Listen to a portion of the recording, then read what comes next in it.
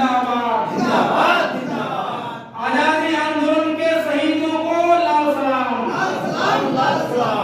आजादी आंदोलन के शहीदों को लाल सलाम, लाल सलाम लाल सलाम। नेताजी सुभाष चंद्र बोस की वाणी को गांव भर में फैला दो, फैला दो फैला दो। नेताजी बोस अमर रहे, अमर रहे अमर रहे। नेताजी सुभाष चंद्र बोस अमर रहे। आजादी के महानायक नेताजी सुभाष चंद्र बोस की 127वीं जयंती समारोह ऑल इंडिया किसान खेत मजदूर संगठन प्रखंड कमेटी लालगंज के तत्वाधान में एतबारपुर पकड़ी चौक पर मनाई गई। प्रबुद्ध किसान बेचन दास की अध्यक्षता में एवं किसान नेता उमाशंकर पंडित के संचालन में संपन्न हुआ। सभा को संबोधित करते हुए ऑल इंडिया किसान खेत मजदूर संगठन के बिहार राज्य कमेटी सदस्य डॉक्टर राजेंद्र शर्मा ने कहा कि नेताजी सुभाष चंद्र बोस बचपन से ही तेजस्वी और यशस्वी थे। छात्र जीवन से ही देश प्रेम व गरीबों की सेवा में प्रबल भावना उनके अंदर जग चुकी थी। जब वो आज़ादी आंदोलन में कूदने की ठानी तो परिवार के लोगों ने इसका विरोध किया और कहा कि पढ़ लिख कर अफसर बनकर भी देश सेवा कर सकते हो। नेताजी सुभाष चंद्र बोस की जीवनी पर प्रकाश डालते हुए डॉक्टर राजेंद्र शर्मा ने क्या कहा, सुनिए। जैसा कि आपको मालूम है, नेताजी सुभाष चंद्र बोस आजादी आंदोलन के गैर समझौतावादी धारा के महानायक के रूप में जाने जाते हैं। इनका जन्म 23 जनवरी 1894 ईस्वी को उड़ीसा के कटक में हुआ था। बचपन से ही मृदुल स्वभाव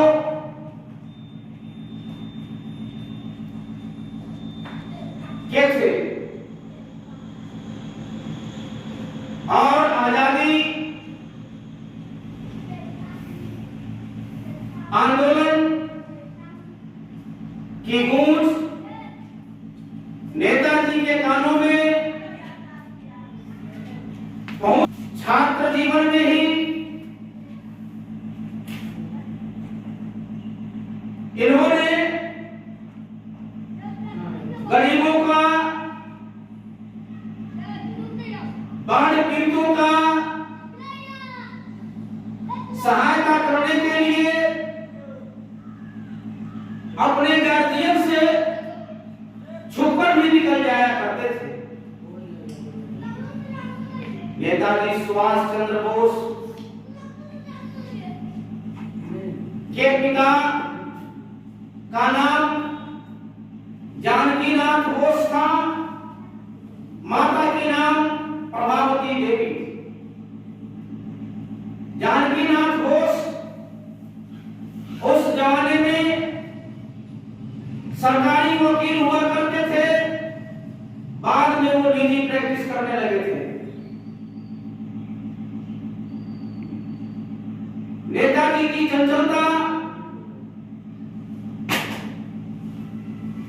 इनके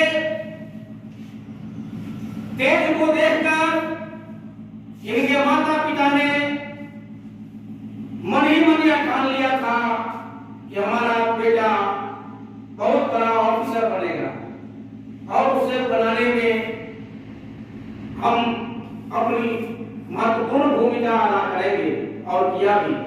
उस समय उड़ीसा में बाढ़ आई थी। बाढ़ पीड़ितों को एक नौजवान युवा अपने माथ पे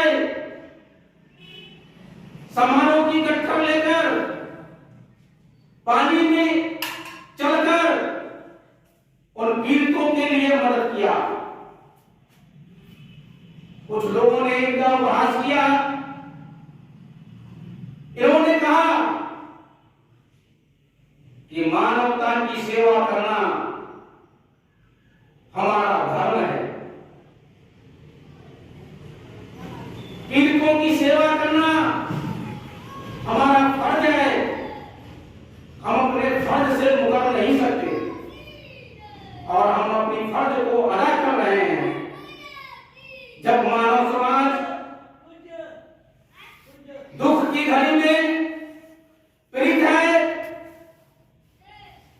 वो सहयोग मांग रहा है, हमारा धर्म और फर्ज बनता है कि हम उसकी सेवा करें। उन्होंने किया भी। आगे चलकर आजादी आंदोलन में वैसे तो अंग्रेजों ने कांग्रेस को सेफ्टी वेल्व के रूप में बनाया था। कांग्रेस के मंच उसने देखा, क्योंकि 1857 में सिपाही विद्रोह हो चुका था।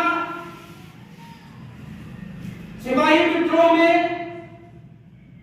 अंग्रेजों के खिलाफ भारतीय सिपाहियों ने विरोध का शंखनाद किया। अंग्रेज देख रहा था किसी तरह से हमारा साम्राज्य जो भारत में है वो हिले नहीं। हम कुछ नेताओं को ऐशो आराम की वस्तुएं देकर और हम भारतीयों पर शासन करते रहे, लेकिन वह कांग्रेस जो 1885 में उसने बनाया था, वह आजादी आंदोलन का एक मंच बन गया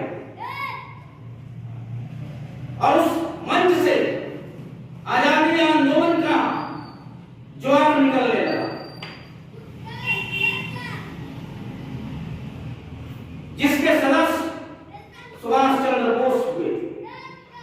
आप जानते हैं कि आजादी आंदोलन में महात्मा गांधी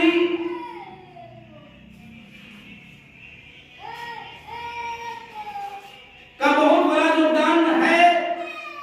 वे समझौतावादी धारा के प्रणेता थे।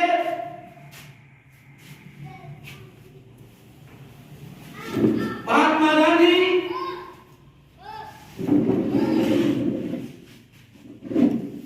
आजादी आंदोलन में अपनी बड़ी भूमिका निभाए।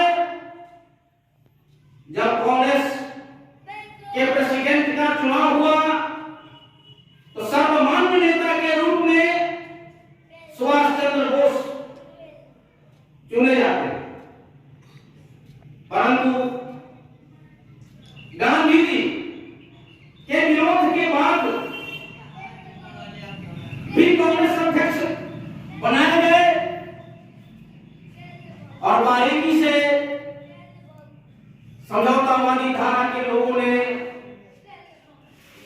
कांग्रेस के अध्यक्ष पद से रिजाइन करने को मजबूर कर दिया सुभाष चंद्र बोस को।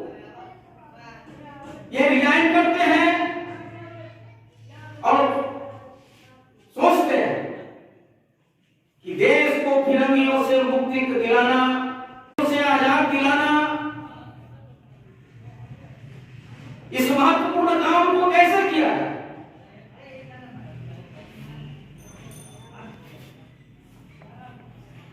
और इस तरह से नेताजी सुभाष चंद्र बोस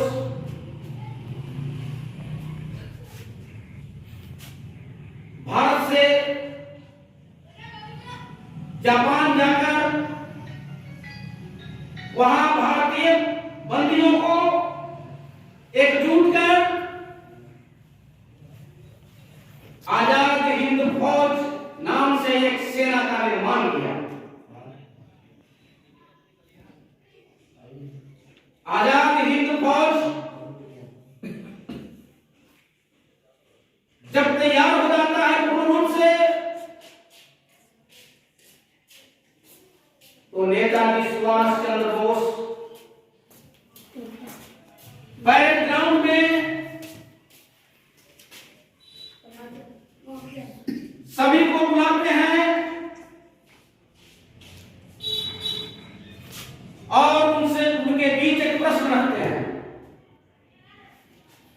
कि आप लोग आजाद हिंद फौज के सैनिक हैं, अंग्रेजों से लड़ाई हमें लेनी है, जापान की सरकार हमें हर तरह से हर संभव मदद करने का वादा किया है और हम लड़ाई पे जाएंगे। लेकिन आप सब यह कान खोलकर सुन लें कि हम 3 चीजें आपको देने जा रहे हैं। उन 3 चीजों को जो साथी लेना चाहें वे लाइन में रहेंगे, जो ना लेना चाहें वे कृपया उनसे आग्रह है कि लाइन से बाहर हो जाएंगे। वो 3 चीज क्या था? वो 3 चीज था भूख, प्यास, मौत। भूख, प्यास और मौत के अलावे हम आपको कुछ दे नहीं सकते। नेताजी सुभाष चंद्र बोस ने साफ साफ कहा। साथियों, ये आपको जानकर हैरत होगी, उस फौज का एक भी सिपाही टस से मस नहीं हुआ और सबों ने स्वीकार किया कि भारत की आजादी के लिए हमें सब कुछ मंजूर है। और तब आप जानते हैं कि अंग्रेजों के खिलाफ बिगुल बजाते हुए अंग्रेजों को पीछे धकेलने में सुभाष चंद्र बोस कामयाब हो गए, परंतु विश्व के अन्य देशों का दबाव जापान सरकार पर होती है और जापान सरकार जो हर संभव मदद करने की बात कही थी वो पीछे हट रहा। नतीजतन रसद यानी खाने पीने की वस्तु, दवाई, ये सबों की कमी होने लगती है। वैसी परिस्थिति में नेताजी सुभाष चंद्र बोस निर्णय लेते हैं कि अब हमें पीछे हटना होगा। उस समय उन्होंने कहा था कि परिस्थितियों के हिसाब से आप में जीतने की काबिलियत है, लेकिन परिस्थिति अगर काम साथ नहीं दे रहा हो तो 2 कदम पीछे हटना ही पड़ेगा। हटने की आवश्यकता है, इसलिए हम पीछे हट रहे हैं। और इस तरह से नेताजी सुभाष चंद्र बोस सर्वमान्य नेता के रूप में उभरते हैं और अंग्रेज नेताजी के नाम से कांपने लगता। इस आजादी आंदोलन में बहुत सारे गैर समझौतावादी धारा के लोग कूद पड़े, लड़े। उन सबों का भी योगदान है,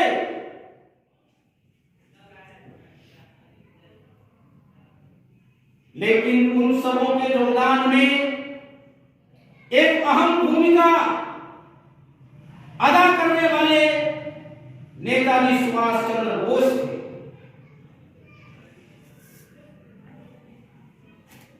आप जानते हैं नेताजी का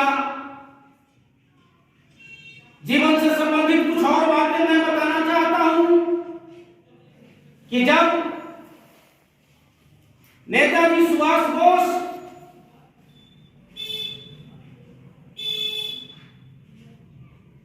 पढ़ाई के क्रम में आजादी आंदोलन की तरफ झुका हुआ इनका, और जब आजादी आंदोलन में शिरकत करने लगे तो इनके माता पिता का दबाव आया, आजादी आंदोलन में नहीं जाओ, जाके क्या होगा। इन्होंने कहा कि देश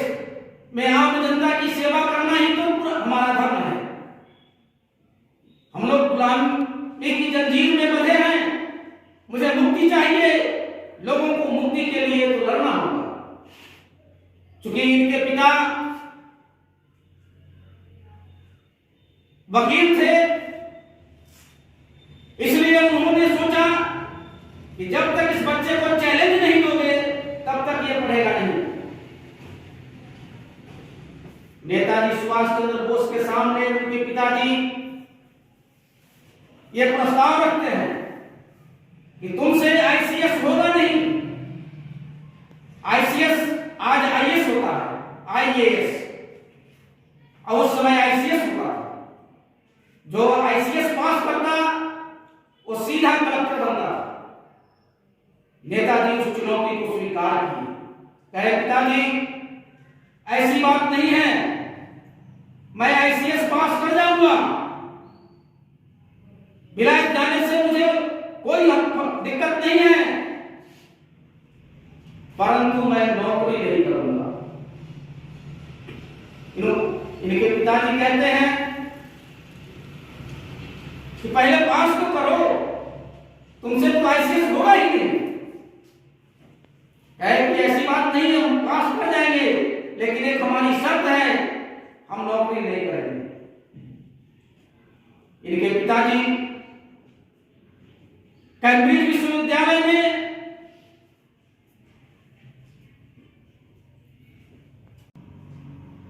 और ये पढ़ाई करने के लिए लंदन चले जाते हैं। वहां रहकर इन्होंने पढ़ाई किया। आपको जानकर हैरत होगी कि दुनिया में चौथा स्थान सुभाष चंद्र बोस जी को मिला। पूरे दुनिया के लेवल में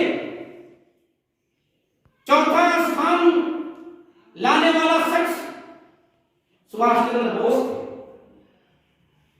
जब रिजल्ट आई, परिणाम घोषित होने के बाद इनके घर में वो खुशी का माहौल बहुत अच्छा था। परंतु कुछ ही दिनों बाद सुभाष चंद्र बोस ने अपनी आईसीएस की डिग्री को खा दिया और कहा मुझे नौकरी नहीं करनी है, मैं नौकरी नहीं करूंगा। जब रेडियो पर यह बात प्रसारित हुई, फिर घर में मातम का माहौल आ गया। सभी लोग इनसे बिफर गए कि इसने क्या किया। एक कलेक्टर बनकर देश की जनता को सेवा करना और एक ऐसे ही देश की जनता की सेवा करना, दोनों में कितना अंतर है आप सभी अपने अपने हिसाब से समझ सकते हैं। एक जिला का मालिक होता है, पूरे जिले भर के हर नियम कानून का पालन कराने की जिम्मेदारी उस पर होती है। और वैसे अस्तर की नौकरी को लात मारकर ये आजादी आंदोलन में आए। ये है नेताजी सुभाष चंद्र बोस का जीवन।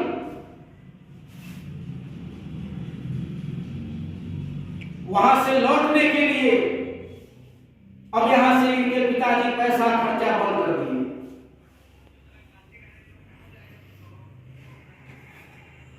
जब पैसा बंद हो गया,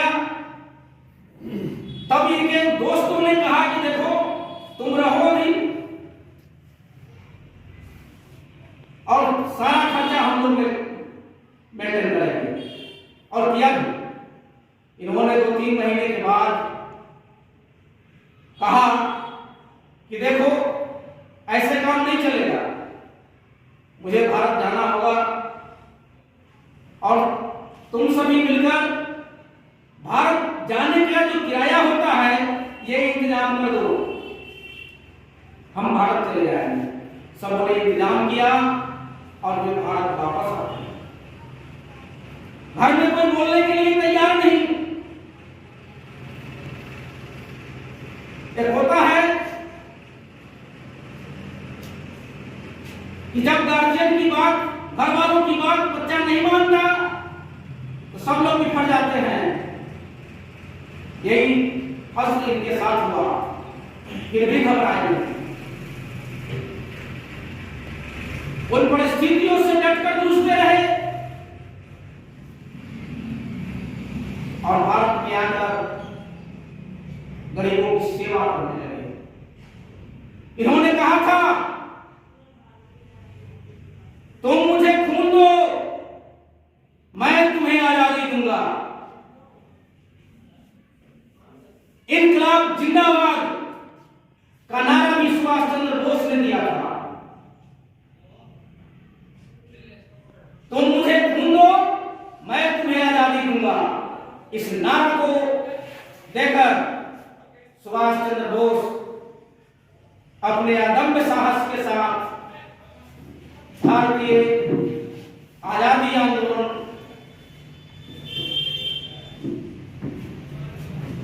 में आकर काम किए। तो नेताजी सुभाष चंद्र बोस की बहुत सारी कहानियां हैं, एक लंबा जीवन संघर्ष है। हम एक एक बिंदु पर अगर देखें कि देश सेवा करने की जज्बा हर भारतीयों में आनी चाहिए। आज का परिप्रेक्ष्य को भी हम लोगों को समझना होगा कि देश में बदले में मजदूरी मिलती है और वो जो मजदूरी को जो मुद्रा कहते हैं, आज की तारीख में उस मुद्रा को रुपया भारत में कहा जाता है। किसी देश में डॉलर है, कहीं रूबल है, कहीं दिनार है, आदि आदि। और उस मुद्रा से ही जीवन के हर क्षेत्रों के सामानों की पूर्ति होती है।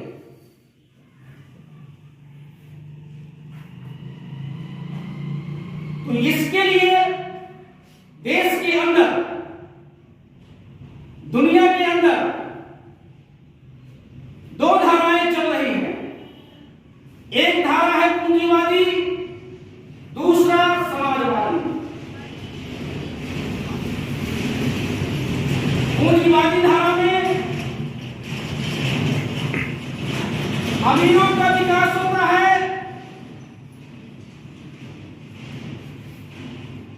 मध्यम, निम्न मध्यम, गरीब लोग शोषण का शिकार होते हैं।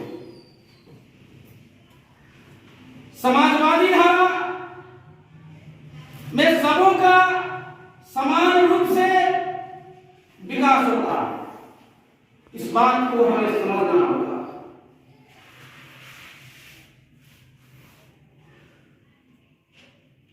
समान रूप से विकास कैसे होगा और ये असमान रूप से विकास कैसे होगा, ये आप देख रहे हैं। देश के अंदर मुट्ठी भर कुछ ऐसे लोग हैं जिनका रोज का कमाई लाख करोड़ रुपयों में है। फिर एक उसी जगह वैसे लोग भी हैं जिनकी आमदनी अपने रोजमर्रा को पूरा करने के लायक भी नहीं होता है। उनका आमदनी 200, 300, 400 रुपया तक ही सीमित रह जाता है। ये जो असमान खाई, ये नीतियों के खिलाफ, नीतियों के कारण है। देश के अंदर जो पूंजीवादी नीति चल रही है, पार्लियामेंट के अंदर, संसद के अंदर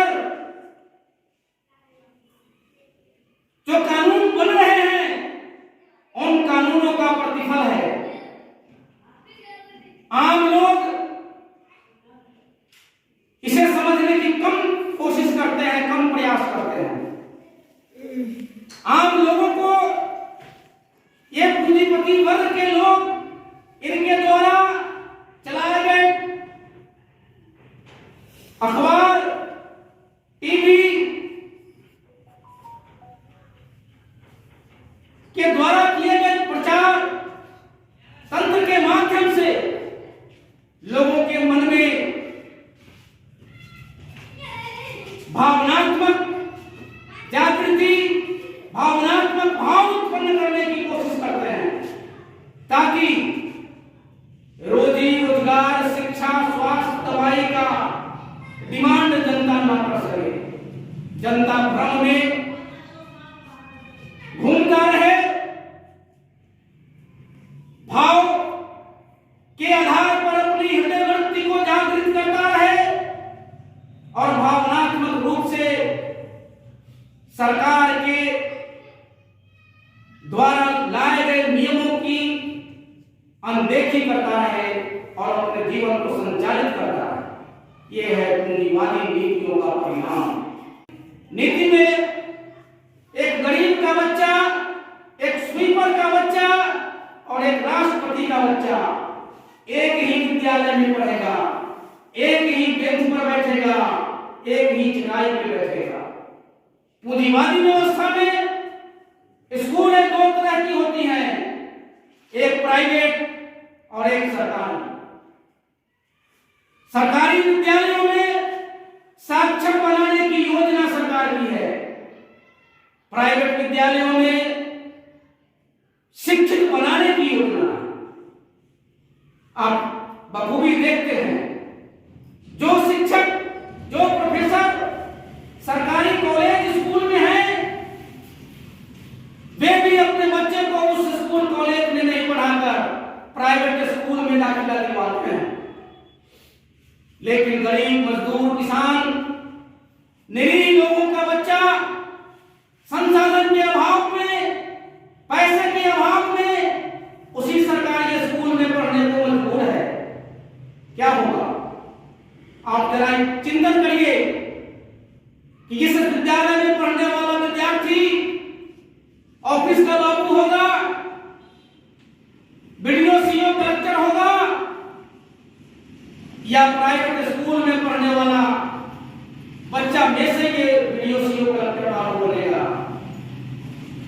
गरीब का बच्चा साक्षर बन के चपरासी और किरानी तक ही सीमित रह जाएगा, ऑफिस के बाबू तक ही सीमित रह जाता है। उसमें से बिरले एकाध कोई निकलता है जो बड़े अफसर, बीडीओ, सीओ बन जाता है। कभी उसको लेकर के मीडिया पूरा घुमाता है, देखो सब्जी बेचने वाला का बेटा कलेक्टर बन गया, बीडीओ बन गया, एसपी बन गया, वो मजदूर का बेटा बन गया। अरे भाई, 130-35 करोड़ की आबादी में कितने ऐसे बच्चे हैं, उसका क्या प्रतिशत होगा? प्रतिशत में जब निकालेंगे तो 0.0001 आएगा। इससे देश का भला होगा? नहीं होगा। आप दूसरी तरफ देखते हैं, हर वित्तीय वर्ष में कर्जा राइट ऑफ करके ये माफ करते हैं। सरकार चाहे जिसकी, आजादी के 76 वर्ष हो गए, जितनी भी सरकारें आई, सबों ने पूंजीपतियों का कर्जा राइट ऑफ करके रिजर्व बैंक को पब्लिक का पैसा दे दिया। तुम्हारा कर्जा हम सुधार रहे हैं और तुम हमको चंदा दे दो और उस चंदे से हम वोट चुनाव लड़ेंगे, फिर सत्ता में आएंगे, हम फिर तुम्हारा सेवादार बने रहेंगे, तुम्हारी सेवा करेंगे। इसका खिलाफ नेताजी सुभाष बोस ने किया था। नेताजी सुभाष चंद्र बोस, भगत सिंह, खुदीराम बोस, चंद्रशेखर आजाद, अशफाक उल्लाह खां, ये सभी लोग ने इसका खिलाफ किया था। इस पूंजीवादी शासन के अंत का कामना किया था। ये पूंजीवादी शासन व्यवस्था हमें नहीं चाहिए, हम समाजवादी व्यवस्था भरोसा चाहिए। परंतु दुर्भाग्य से आजादी आंदोलन के बाद कांग्रेस के हाथ में नेतृत्व गया और जो सरकारें बनी वो पूंजीवादी नीतियों के पोषक के रूप में आ गई और उसी को निरंतर बढ़ाते हुए ये सरकारें चल रही है। मैं आपको याद दिलाना चाहता हूं कि एक सभा में सुभाष चंद्र बोस ने कहा था कि आप मुझे सब कुछ दे दो, आप का जो बहुमूल्य वस्तुएं हैं वो मुझे चाहिए। एक बूढ़ी महिला ने कहा कि बाबू, हम अपनी सबसे बहुमूल्य वस्तु तुम्हें दे देना चाहते हैं आजादी आंदोलन में खर्चा करने के लिए। आप जानते हैं कि महिलाओं का मंगलसूत्र बहुत ही प्यार से, प्रेम से सहेज कर रखती है, उसको अमूल्य धरोहर के रूप में समझती है। वो मंगलसूत्र दे रही थी। सुभाष बोस ने कहा था कि माता मुझे ये नहीं चाहिए, मैं इससे भी बहुत प्यारा धरोहर तुमसे मांग रहा हूं। तो और क्या होगा बेटा, सबसे ज्यादा प्यारा तो हमारा यही मंगलसूत्र है। उन्होंने कहा कि माता, ये आपके साथ कौन है? नौजवान कहा कि ये कोई यही बेटा होगा, ये बुढ़ापे में सहारा यही होगा। कहा कि बस मां मुझे यही दे दो। और वो माता अपने बेटा को सुभाष चंद्र बोस को समर्पित कर, ये है समाज सेवा के लिए अपना सब कुछ देने का प्रेरणा। जो उस माता में जागृत हुआ सुभाष बोस को देखकर, सुभाष चंद्र बोस को देखकर, इनके क्रियाकलापों को समझकर इन पर लोगों ने विश्वास किया। आज हम लोगों को इनके बताए रास्ते पर चलने की जरूरत है, इनके आदर्श को मानने की जरूरत है। आदर्श जीवन में सबों के साथ हर आदमी का कुछ न कुछ कोई ना कोई आदर्श बनता है और है, वो समझता है। हमारे छात्र नौजवान भी समझते हैं, लेकिन अनजाने में वो सही लोगों को आदर्श नहीं बना पाते। और आपको मैं थोड़ा समझा देना चाहता हूं कि क्या हो, कैसे आदर्श समझते हैं।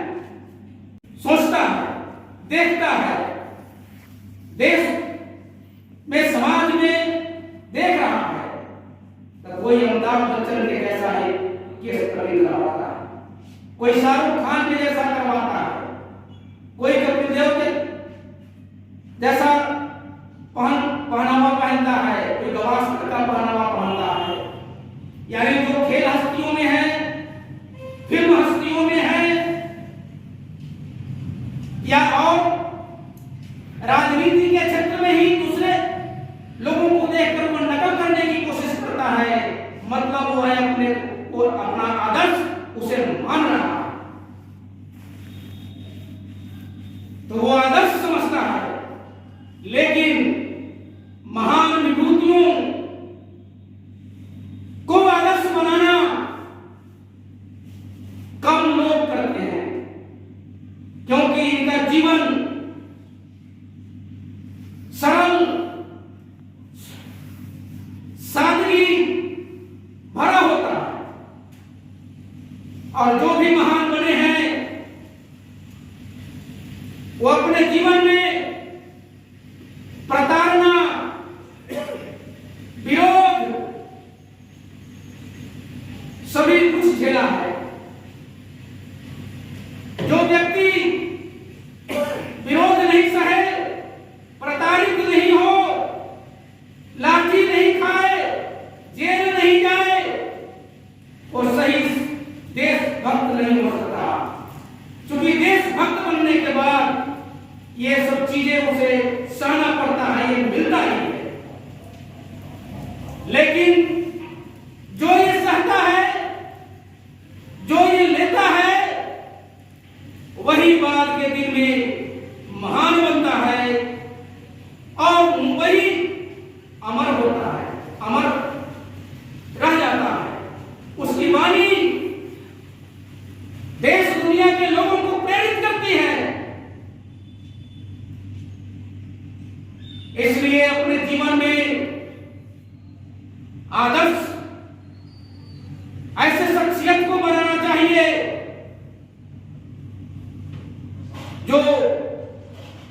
बहुमूल्य चीज दे सके।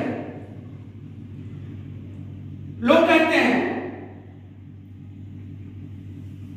ये व्यवस्था खत्म नहीं होना है, बहुत लोग करके थक गया, ये पार्टी वो पार्टी ये सब तो है, के विपरीत प्रतिक्रिया होती है। हर क्रिया के विपरीत प्रतिक्रिया होती है। उसने बताया था कि पानी में नाव पर आप बैठे हैं और जब वो लगी या लाठी जिसे कहते हैं आप जमीन में धक्का मारते हैं तो नाव आपका आगे बढ़ता है। यह क्रिया के विपरीत प्रतिक्रिया। आप किसी को अपशब्द कहते हैं उसे गुस्सा आता है, या तो वो गुस्से को बर्दाश्त करता है, नहीं तो प्रतिकार के रूप में आपको जवाब देता है, वो भी अपशब्द बोलता है या फिर आप पर वार करता है। यह वैज्ञानिक सत्य है। इसीलिए सत्य को समझना हर गलत का विरोध करना हर मानव का कर्तव्य और फर्ज है। जिस समाज में इसकी बहुलता होगी वह समाज उन्नत होगा, और जब समाज उन्नत होगा तो राज्य उन्नत होगा, और राज्य उन्नत होगा तो देश उन्नत होगा। हम नेताजी सुभाष चंद्र बोस, खुद्दीराम बोस, शहीद आजम भगत सिंह, प्रफुल्ल चाकी, चंद्रशेखर आजाद, जुब्बा सहनी, अक्षय भट्ट राय, विभीषण राम, सिंहेश्वर ठाकुर, बैकुंठ शुक्ल जैसे शहीदों का शहादत दिवस मनाते हैं, जयंती मनाते हैं। मनाने का जो सही माने और अर्थों में यह है कि हम इनके जीवन संघर्ष से सीख लेकर अपने को में आत्मसात करें, और आत्मसात करके और तब हम अपने जीवन को संचालित करें। तभी नेताजी सुभाष चंद्र बोस के जयंती मनाने का प्रतिफल हम सबों को प्राप्त होगा।